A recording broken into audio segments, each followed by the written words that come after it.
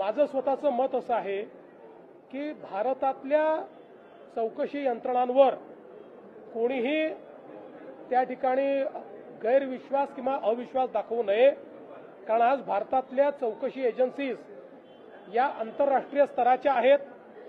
अनेक छोट्या देशांमध्ये आपल्याकडनं चौकशी करता लोक बोलवले जातात। मला असं वाटतं की ठीक आहे, भावनेच्या भरात कदाचित ते असं बोलले असतील, पण साधारणपणे आपल्या देशातल्या एजन्सीजवर आपण कधी अविश्वास अशा पद्धतीनं दाखवत नाही। याही ठिकाणी दाखवण्याचं कारण नाही।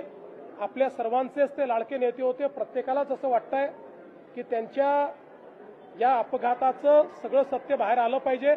ते सत्य निश्चितपणे बाहेर येईल, हा मला विश्वास आहे। भारतीय तपास यंत्रणावरच प्रश्नचिन्ह आहे।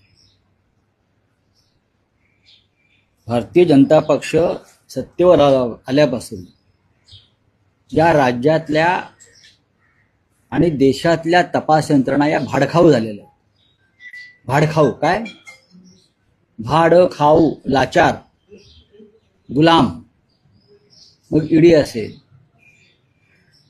सीबीआय असेल, महाराष्ट्रातली पोलीस यंत्रणा असेल किंवा आयबी असेल, अशा अनेक ज्या तपास यंत्रणांना न्यायालयीन चौकशी असेल एखादी,